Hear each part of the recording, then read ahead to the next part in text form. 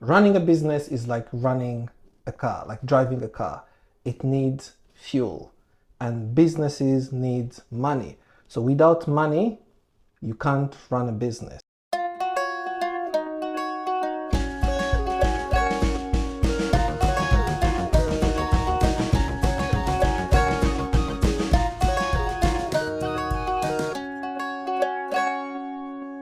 Welcome back to Small Business Voices Wales, the podcast that shines a light on small businesses, the kind that hold our communities together and the backbone of our economy. I'm Frank. And I'm Kim. Today we're tackling a topic that every entrepreneur is all too familiar with: money. But let's be honest, finance is really the difference between your idea staying just that and your business actually being realized and thriving.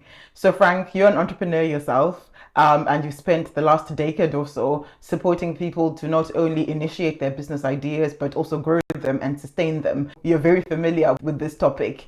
So, why did we feel like it was important for us to discuss this topic today, here and now? It's very simple. I'm going to use a very simple example. Take like a car. Running a business is like running a car, like driving a car. It needs fuel, and businesses need money. So without money, you can't run a business. And a lot of small businesses are running on empty. For example, here at the car, you would see how many service users that we are supporting. They have great ideas, but they don't have money. And their ideas will just die without even starting. So it's a very, very important subject. But on a personal level, I feel like the system makes it very difficult for people who are coming from a disadvantaged background. I'll tell you that when I wanted to set up my own business, for example, it was very difficult to even open a bank account, and let alone getting a loan. And all of that is because the system didn't recognize me. As a migrant, I didn't have the ideal credit score. I didn't have assets I didn't have guarantors, and all of that was against me.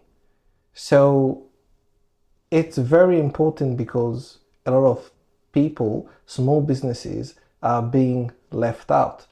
And we have to find ways how to change the system so that a lot of businesses can access the finance, can get that fuel to help them running, to help them driving the business forward.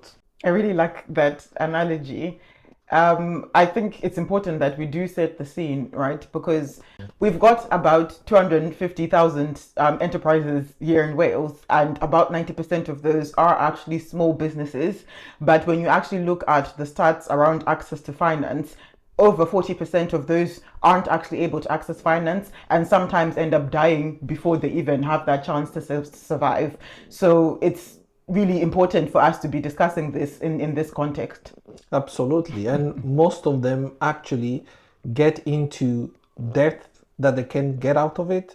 Like, for example, in my own case, I actually turned to a credit card to finance my business.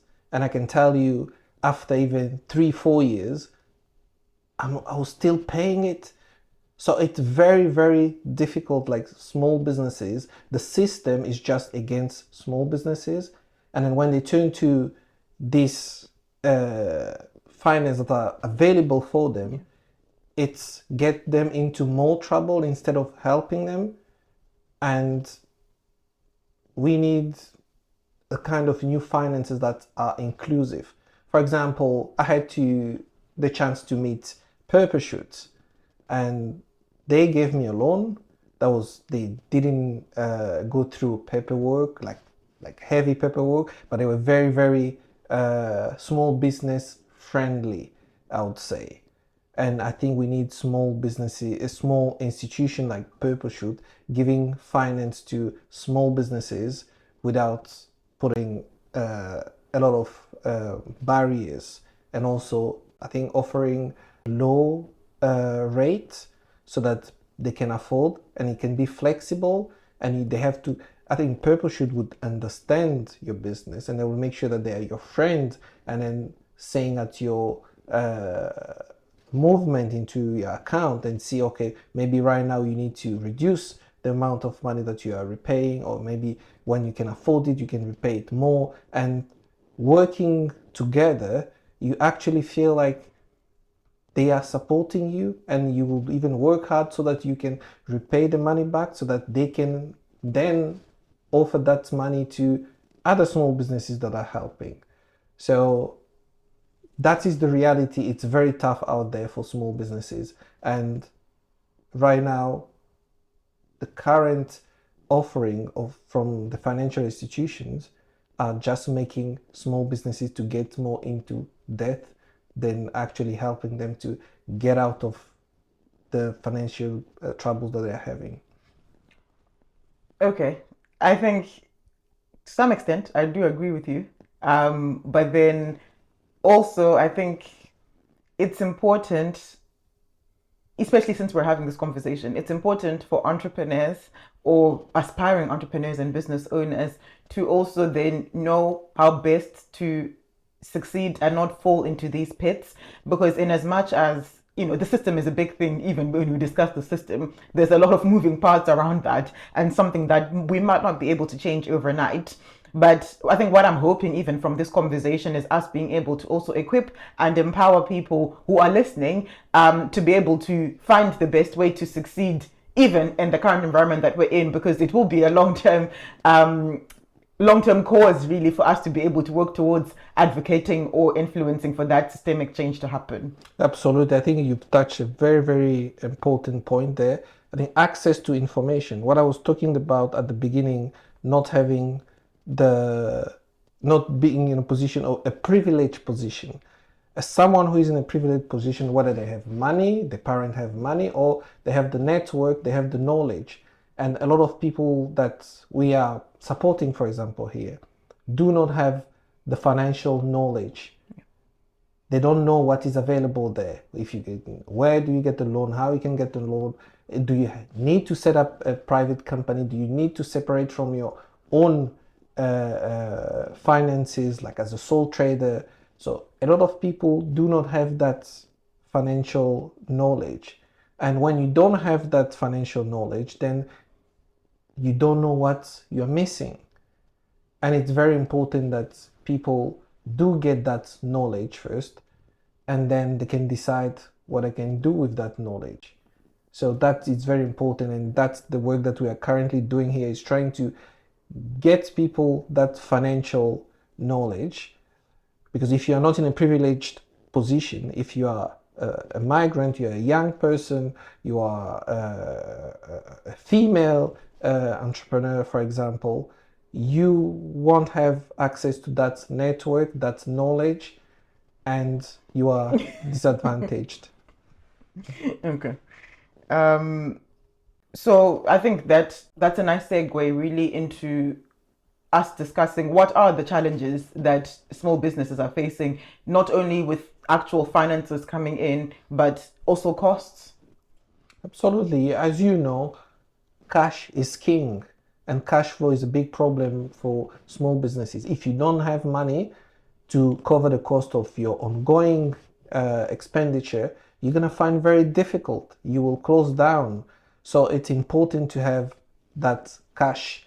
But to be able to have that cash, then you need to grow and then make more money, or you have money from the bank that cannot give you for small businesses. And then if you have small amount of money, you want to grow it, but before to grow also you need money. So it's like a vicious circle, so you can't actually get out of it. But also every year you have inflation, rising cost, and businesses are finding difficult to survive. It's getting more and more expensive, and they are not making more money, and that's very, very, it's a big challenge. Yeah, I think to add on to that, even like we've said before, the cost of living. post-pandemic, I think businesses are still feeling the pains of that. Some people that maybe actually got some support during the pandemic, and then obviously that's dropped off since then, and it's starting from almost scratch again, right? Or like you said, debt, backwards really. So there are ongoing challenges around that issue of finance, and that's why it's even more important, not only because you've mentioned about growing, but not only at the stage of growing, but at the stage of even starting up. And that's where a lot of people then even fail, when they don't have the capital that might be required for them to realize whatever their idea is. So it's important then for the institutions that we've got around to support that, because if we said again the earlier start, if small businesses are making up over 19% of our economy, then we have to facilitate support for them financially, and that's not really happening, is it? No, and it's really a disgrace if you saying that kind of percentage and the system is actually designed to help small businesses. It's like Should be.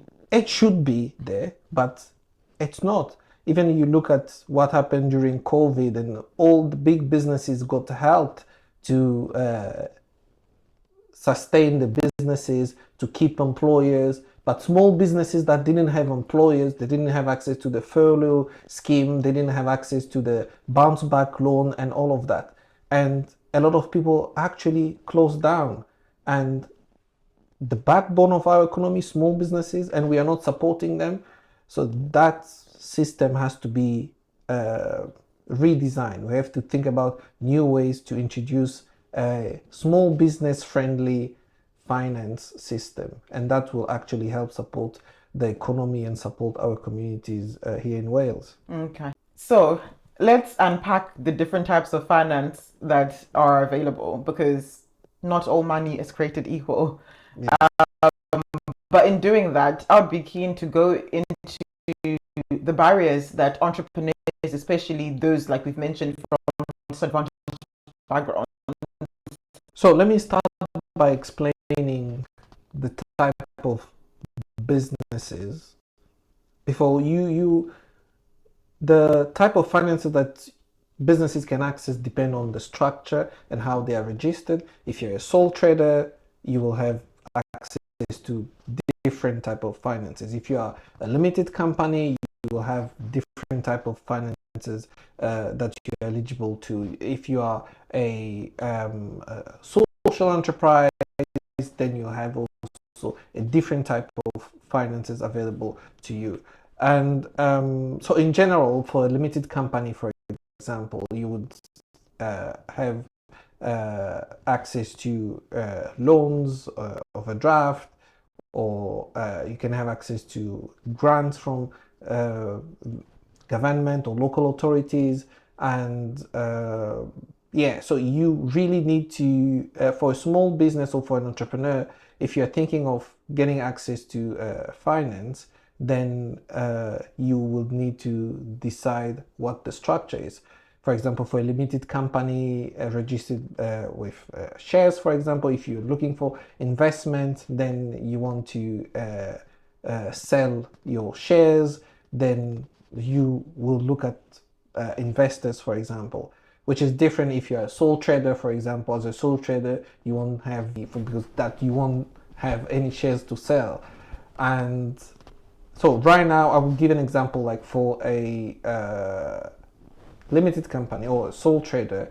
Right now in Wales, you could have access to small loans from the Development Bank of Wales, or you can have institutions like Purple Shoots that gives small loans, I think up to £10,000, or you can look at the mainstream banks that we have, Barclays, Santander, and all the banks that from the high street, and they all have different process to access those finances. But a big problem with them is that they go through a screening process where they will check your credit score, and if you are a migrant or a refugee, for example, who hasn't built a credit history, then the system will disqualify them straight away because they will have a low credit score. So that's really not good for them. And for grants, for example, from the local authorities or the government, again, you will need a history of running a business for the last few years to show that you have a track record, or they can trust you and what you're trying to do, which is very difficult for a startup. And then you have the overdraft or the credit card, which are very expensive, and the rates are very, very high. And these are very, very difficult to get out of it, because you would pay, it's just like a student loan. A lot of people who have taken student loan, for example, and instead of the amount, the balance decreasing, it kept on going up and up every year, which is crazy. It's extortionate. And it's just a system that is designed not to help. If you are helping someone to get out of a situation or to make money, but then you are taking everything, then it's not really helping. And for small businesses, one of the barriers is also psychological, because if you are being rejected all the time, then you would stop even trying. That's why, for example, most of the businesses that we are helping, they just stop trying because they've been rejected many times, not just for the loan, from even opening a bank account. So it's very demoralizing from the get-go. And then it's like the system is pushing you to go to personal credit card, and then it's making people becoming poorer and poorer instead of helping them to actually succeed. I think you've touched on a few important points there. And for me, I'm always quite interested because, as I said, the system sometimes is the system. It's what we've got, right? So I'm always quite interested in seeing or finding out what people can do to actually be able to not only play the system but also thrive in what's existing, right? And I feel sometimes a lot of challenges that people might have is just not even being aware of all these sort of criteria that they are up against, where for the first time that's when they've actually gone and applied and they've been rejected, right? Whereas there could be stuff that entrepreneurs could be doing, especially aspiring entrepreneurs as they're preparing to start their own businesses. There is things that they could be doing to better prepare themselves to not fall into these various pits, right? And one of them, which is actually an important one that should be done quite early on, is whoever you are, even if you're a sole trader, just being able to separate out your personal and your business, right? Because often that gets convoluted. And again, like you say, big institutions see that, they do their due diligence, and immediately you're crossed off because there isn't just that best practice in the way that you're doing things. But apart from that, considering people that might not have savings, or like you said, family, or any networks that could give them the collateral that sometimes banks require, what is it that they can do? And I think that's where sometimes my then argument about it being a personal thing sort of falters, because actually in reality you can't do much about that, right? Because that's up to the institutions themselves, which is why it's important actually for us to then now be trying to reimagine new ways and different ways of thinking and doing things. But apart from that, I wanted to touch a bit about even the nuances and the differences between various groups in terms of the barriers to access to finance. For example, Black people are 4 times more likely to be rejected in terms of any financial support than their white counterparts. And equally, if we look at venture capital, for example, like you said, shares in a business, or equity rather in a business, women only receive 2%. Women that make up, I think 51% of our population is women, so they're actually the majority, only receive 2% of venture capital. For me, these numbers, especially in this, we are in 2025, right? the fact that we are still in this place is really quite disappointing, and actually also brings out a lot of these challenges that the system has, especially to disadvantaged groups, and that's inherent and intrinsic into the system, isn't it?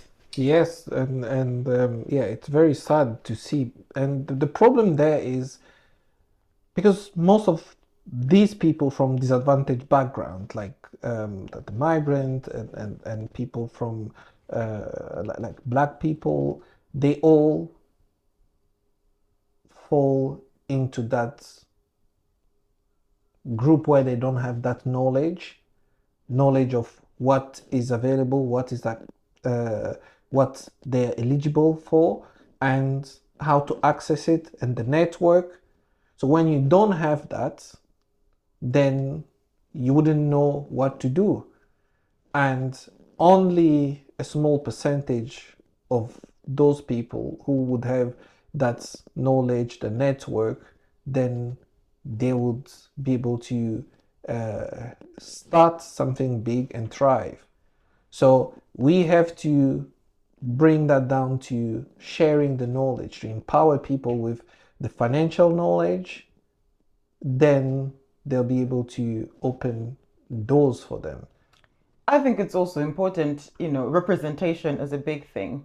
When you even think about the history, if we think about women in particular, simple things like, they weren't able to vote till, for me, it's fairly recent because it's just this past century gone, right? It means that they probably were left out of rooms where some of these decisions were made. Were they there when the financial institutions were being created? They weren't. Were they represented at the table where now loans were being given? No. And that has filtered down to where we are now, even 100 years later, where there is still an underrepresentation of certain groups where decisions are made. And that is at the detriment then widely of our economy, because unless the people that are there, the decision makers that are there, are taking into account the nuances and the challenges and the differences that various groups have, then we're just going to always be in the same position, isn't it? So for me, I think representation is just a key factor where we need more women that are succeeding, or more people of color that are succeeding, just various representation across groups, and then they be sitting at the decision making table. Yeah, absolutely. I think that's a good point. And in Wales, I think that's something that is missing. I think we are lacking that representation in those institutions, around those tables where decisions are being made. So we have to have that proper representation. I think we have noticed a habit of uh, kickboxing exercise, Tokenism. tokenism, yes, where they would think that outreach is enough. An outreach exercise would never be enough, because it will just bring more. It will never bring the trust. Yeah. It will bring more division. So representation, proper representation is very important, and then that's how things would change. So, knowing what we know, what actually needs to change? How do we support business owners and entrepreneurs generally to thrive on this very important and big topic, which is finance? Yeah, we have to change the system to make it more accessible, to redesign it for small businesses who are actually the backbone of the economy, to make finance a tool to help them run their businesses and thrive, and not something that get them into debt and push them out of business and push them to stop running. And then all of that, as we said, start with proper representation at all level, and listening to businesses, listening to what they are facing, the challenges, and what would actually help them. Policymakers, decision makers, government, banks, local authorities should actually come together and put something together that actually help small businesses to thrive. And that's when things will change. At the heart of all of that is we just need to humanize things. We need to humanize our system, right? Um, right now, we are stunting the growth potential that people might have only because of maybe a credit score. That doesn't even reflect their potential as a business that could be contributing to our economy. So I think across all our work and our sectors, we really just need to put the humans at the heart of it and considering who's the most disadvantaged or the furthest from what's meant to be the support that you're providing and how do I come closer to them, right? Instead of wanting continuously really people to change and them continuing to fail, so I think it just becomes, like you said, a repetitive. Yeah. It becomes a repetitive cycle, and one that just penalizes everybody involved. Absolutely. I think you touched like another key point there is that how these financial institutions actually kill people's dreams, because you have these aspiring entrepreneurs, they have big dreams, they want to set up their own businesses, and then they just, the first trial, they try to set up the business and then they get that killed straight away because they cannot have access to it. And that's really bad. We need a system that actually help people to achieve their dreams. Like here, what we're doing, helping people to achieve their wealth dreams. And it has to be something that brings people together and make the institution, the system understand people, believe in them. We have to believe in the people of Wales, people who are living here, and believe in their wealth dreams so that we support them to make this country a more prosperous country. These are wonderful ambitions that we do hope actually in reality, policymakers, again, we're always open to conversations and seeing how do we actually bring these things closer to humans and to reality, right? But again, the realist in me says that we're a long way away from that. But in the meantime, it's important that those that can do it, we create alternative models of finance. I think ones that are centered in community, that have community needs and at the heart of it. And I think you've got something special that we are having in the pipeline. Exactly. So we have one of our next Welsh dreams is our CAE Investment Fund. So we want to have an investment fund here. We're actually having right now launching with our partners Purple Shoots to support these disadvantaged entrepreneurs, people like refugees who have big dreams, ambitions, they're hardworking, and they have everything to succeed, but only lacking finance. And we're here to support them, to give them that push, that fuel to help them running their own businesses. So we are calling partners, people that believe in change, people that believe in dreams becoming reality, to actually come and join us on this journey, because they will not only make a big difference in the lives of these people, but also they will make a difference in the local community and to the country. And that's the only way that this country will become a more prosperous country. I really love that.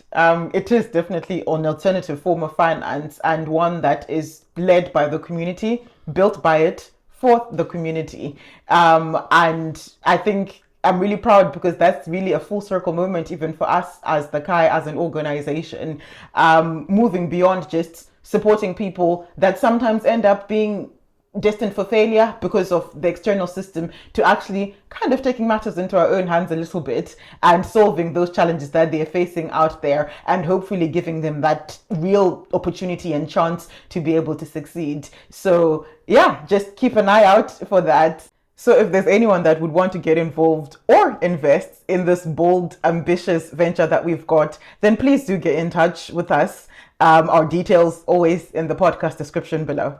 It's really important that we are having these discussions, and we would like to hear more from anyone who has an idea, or they would like to contribute, or they would like to be part of this discussion. Just get in touch, and thank you for listening to this episode, and we're looking forward to your comment, your feedback, and thank you from Frank.